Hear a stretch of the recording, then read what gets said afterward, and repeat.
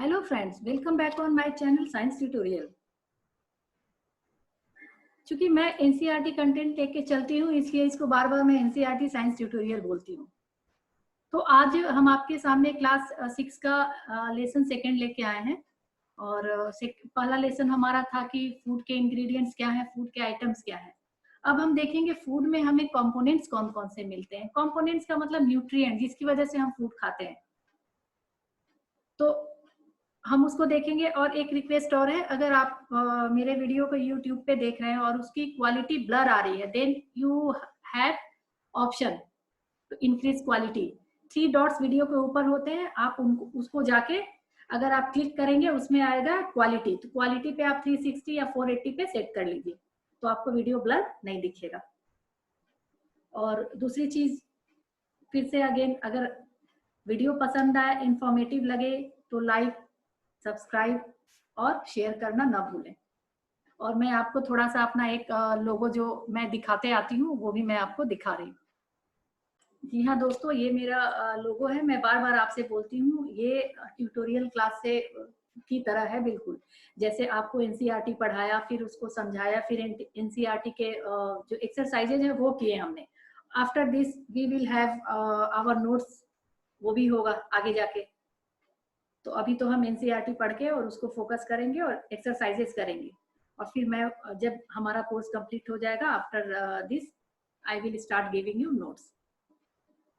तो फिर हम आज का टॉपिक स्टार्ट करें। जी हाँ दोस्तों, आज का हमारा सेकेंड लेसन है। फर्स्ट हमने सक्सेसफुली कंप्लीट कर लिया, अब हम सेकेंड पे आ रहे हैं, कंपोनेंट्स ऑफ फूड। तो हम इसको लाइन टू लाइन पढ़ेंगे और फिर उसको समझने की कोशिश करेंगे। जैसा कि मैंने बताया, in chapter 1 we made list of the food item that we eat. जो फूड आइटम हम खाते हैं उसकी हमने लिस्ट बनाई।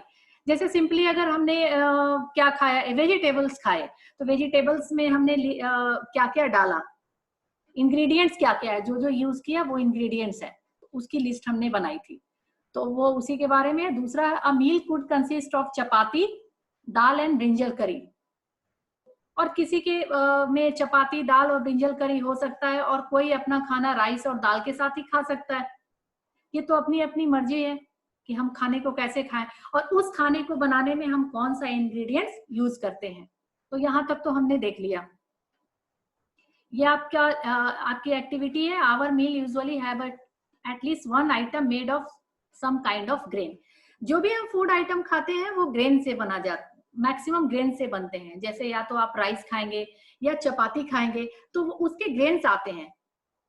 राइस के ग्रेन्स तो आपको दिखते हैं, पर चपाती व्हीट से बनाया जाता है। व्हीट ग्रेन तो आपने शायद बहुतों ने देखा नहीं होगा, तो वो ग्रेन होता है। आप राइस या चपाती मैक्सिमम केसेस में रखते ही हैं।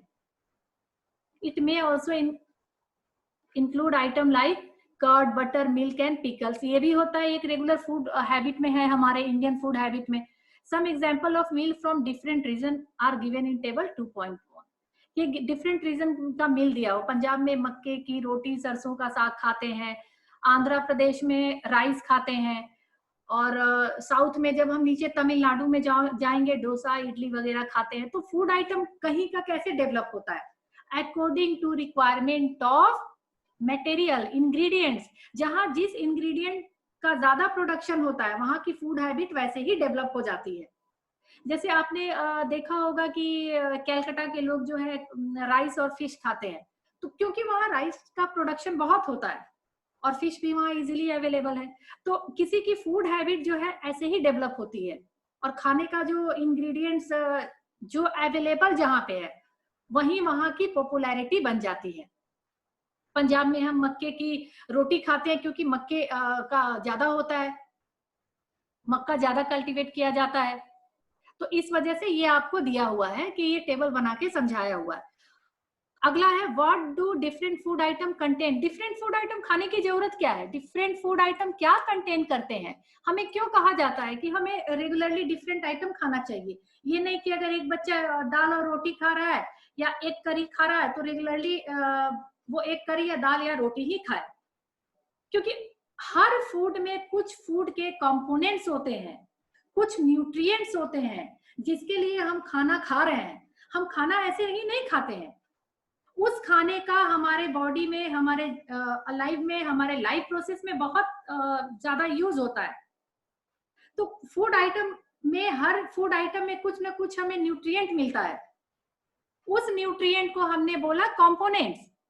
क्या क्या न्यूट्रिएंट्स मिलता है हम देखें आगे।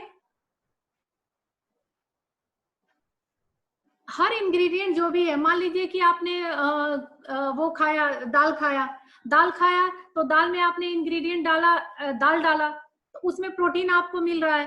ठीक है, तो जो भी चीज उसमें मिल रही है आपको, बेनिफिशियल है आपकी बॉडी के लिए, वो कंपोनेंट होता है, और उस कंपोनेंट्स को हम न्यूट्रिएंट बोलते हैं, जिसके लिए हमने खाना खाया। तो आप इसको अंडरलाइन कर लेंगे, ये आपका न्यूट्रिएंट का डेफिनेशन है, और आप इसको कॉपी में नोट डाउन भी कर लेंगे। These major nutrients in our body are named. Nutrients को मेनली हमने कितने पार्ट में डिवाइड किया है? 5 पार्ट्स में। Carbohydrate, protein, fats, vitamins and minerals. ये पांचों हमारी बॉडी के लिए बहुत जरूरी है। आप तो पहले ये आपने छोटी क्लास में भी पढ़ा होगा, मैं फिर से आपको रिकॉल करती हूँ। पहले हम कार्बोहाइड्रेट पे चलते हैं। Carbohydrate is the energy giving food. Energy giving का मतलब क्या है? एनर्जी का क्या मतलब है? एनर्जी गिविंग फूड का क्या मतलब है? Carbohydrate is the energy giving food. जो फूड आइटम हमें एनर्जी दे वो एनर्जी गिविंग फूड है। तो कार्बोहाइड्रेट एनर्जी गिविंग फूड है। अंडरस्टूड? ये कार्बोहाइड्रेट एनर्जी गिविंग फूड है। हम इसको यहाँ पे लिख भी सकते हैं कि कार्बोहाइड्रेट आपका क्या है? एनर्जी गिविंग फूड है। एनर्जी हमें क्यों चाहिए? 24 घंटे चाहिए। सोते समय भी एनर्जी चाहिए, क्योंकि हमारे बॉडी में कुछ ना कुछ फंक्शन चल रहा है। बिना एनर्जी के तो कुछ भी नहीं होता है। हर चीज को एनर्जी चाहिए मूव करने के लिए। वो एनर्जी हमें कहाँ से आती है? कार्बोहाइड्रेट वाले फूड से आती है। कार्बोहाइड्रेट एक न्यूट्रिएंट है जो हमें एनर्जी प्रोवाइड करता है। दूसरा हमारे पास न्यूट्रिएंट है प्रोटीन। प्रोटीन हमारे बॉडी को बिल्डअप करता है। प्रोटीन हमारे बॉडी को क्या कर रहा है? बिल्डअप कर रहा है। क्या कर रहा है? बना रहा है, और जितने भी कटफट है बॉडी में, टूट फूट हुए हैं, उसकी रिपेयरिंग कर रहा है। आपको पता है प्रोटीन हमारे ग्रोथ के लिए जरूरी है। जो बच्चे प्रोटीन कम खाते हैं उनकी ग्रोथ रुक जाती है, अच्छी ग्रोथ नहीं होती है। एक चीज और बताऊंगी, जब आपको छोटा बेबी जो बॉर्न बाय छोटा बॉर्न बेबी होता है, तो उसको मदर क्या फीड कराती है? मिल्क। आपको पता है milk is the rich source of protein. उसको शुरुआत में जो है हम चावल नहीं खिलाते हैं। चाहे तो हम चावल को भी उसको मैश करके और उसको डाल के वो कर दे बच्चे को, लेकिन हम नहीं खिलाते हैं। हम सेरेलैक खिलाते हैं, प्रोटीन वाले फूड खिलाते हैं। क्यों? क्योंकि अभी उस बच्चे की बॉडी को ग्रो करना है। उसको अभी इतनी एनर्जी की जरूरत नहीं है, क्योंकि उसको बेड पे सोए रहना है। बहुत कम एनर्जी की जरूरत होती है छोटे बच्चे को। उतने ही एनर्जी की जरूरत होती है जो उसकी बॉडी में ऑनगोइंग प्रोसेस चल रहा है। तो पहले मदर ने क्या किया? उसको प्रोटीन मिल्क पिला के उसको बड़ा किया। जब वो बच्चा बड़ा हो गया तो उसने भागना दौड़ना स्टार्ट किया। फिर 6-7 महीने के बाद हमने उसको राइस खिलाना स्टार्ट कर दिया, ताकि अब उसको एनर्जी भी प्रॉपर मिल सके, क्योंकि अब वो बच्चा रन करेगा, दौड़ेगा, एनर्जी बहुत ज्यादा चाहिए। ठीक है, तो प्रोटीन हमने क्या किया? प्रोटीन हमें बॉडी बिल्डिंग के लिए जरूरी है। उसके बाद है fat. Fat is also energy giving food, but energy given by fat is stored in your body. आपको पता है फैट की एनर्जी स्टोर हो जाती है। जब आप क्यों बोला जाता है कि घी मत खाओ, बटर मत खाओ? क्योंकि वो फैट है, और फैट की एनर्जी हमारे बॉडी में क्या एक्यूमुलेट हो जाती है। आपने देखा होगा एक एज के बाद क्या होता है, लोगों के बॉडी में फैट जो है जमने लगता है, एक्यूमुलेट हो जाता है। फैट से एनर्जी जो मिलती है वो यूटिलाइज तब होती है जब कार्बोहाइड्रेट वाली एनर्जी खत्म हो जाती है, तो फैट वाली एनर्जी यूटिलाइज होती है। जैसे कि मैं एक एग्जांपल आपको समझाना चाहूंगी। जैसे हमने खाना खाया और हम आराम से बैठ गए, तो हमारी कार्बोहाइड्रेट वाली एनर्जी तो यूटिलाइज हो जाएगी पूरे दिन। बस फैट वाला जो हमने बटर खाया उसकी एनर्जी यूटिलाइज नहीं हो पा रही है। तो अब उसके लिए क्या करते हैं लोग? जिम जाते हैं, एक्सरसाइज करते हैं, ताकि अगर एक्सरसाइज में कार्बोहाइड्रेट की एनर्जी खत्म हो गई, तो अब जो आपकी बॉडी की फैट वाली एनर्जी है, स्टोर्ड एनर्जी है, वो यूटिलाइज होनी शुरू हो गई, तो आपका फैट धीरे धीरे कम होने लगता है। एग्जैक्टली क्या हो रहा है? वो फैट जो है बर्न हो रहा है धीरे धीरे, अपनी एनर्जी फैट दे रहा है तो आपकी बॉडी से रिड्यूस हो रहा है। ये आपका हो गया विटामिन। विटामिन आपको हेल्दी बनाता है और डिजीजेस से फाइट करने में हेल्प करता है। और उसके बाद है मिनरल। मिनरल तो बहुत जरूरी है, मिनरल्स बहुत जरूरी है, न्यूट्रिएंट्स बहुत जरूरी है। जैसे वाटर ही हमारे वाटर और मिनरल्स है। वाटर हमारे बॉडी में जितने प्रोसेस है बॉडी को डिटॉक्सिफाई करने से लेके जितने प्रोसेस है, पॉइजनस सब्सटेंस को निकालने से सारा काम जो है वाटर करता है। तभी हमें कहा जाता है कि दिन में 3 लीटर वाटर या 4 लीटर पीना चाहिए, उतनी ही हमारी बॉडी रहेगी। In addition food contain dietary fibre and water which are also need for our body. अभी मैंने वाटर का बता दिया, ठीक है। मिनरल भी हमारी बॉडी के लिए जरूरी है। और उसके बाद है डाइटरी फाइबर। डाइटरी फाइबर जो रफेज बोलते हैं, जैसे कि वो साग वगैरह में, स्पिनच में, रेशे वाले खाने में होता है, वो कुछ भी नहीं, उसका काम कुछ भी नहीं है, वो एक तरह से घास फूस है, लेकिन वो हमारे स्टमक को क्लीन करता है, साफ करता है और मोशन लाने में हेल्प करता है। उससे क्या होता है, हमें जो गैस वगैरह एसिडिटी की प्रॉब्लम नहीं होती है अगर रफेज हम प्रॉपर खाए तो ये आपके न्यूट्रिएंट है।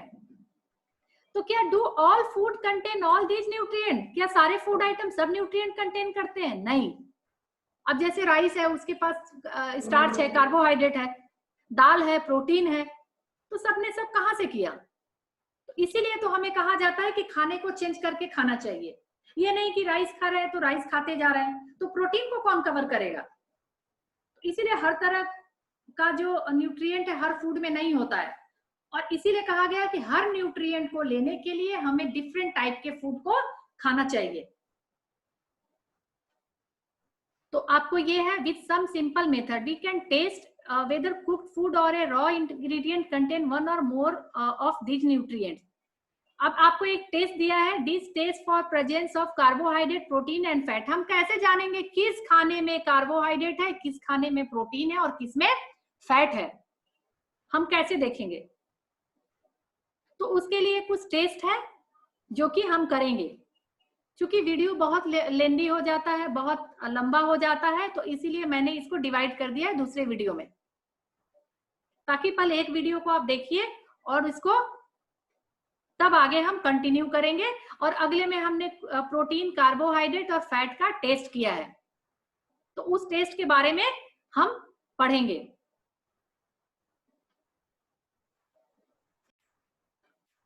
अगर फिर से सब्सक्राइब कीजिए। Thanks for watching. और ये साइंस ट्यूटोरियल का प्रेजेंटेशन था। Thank you.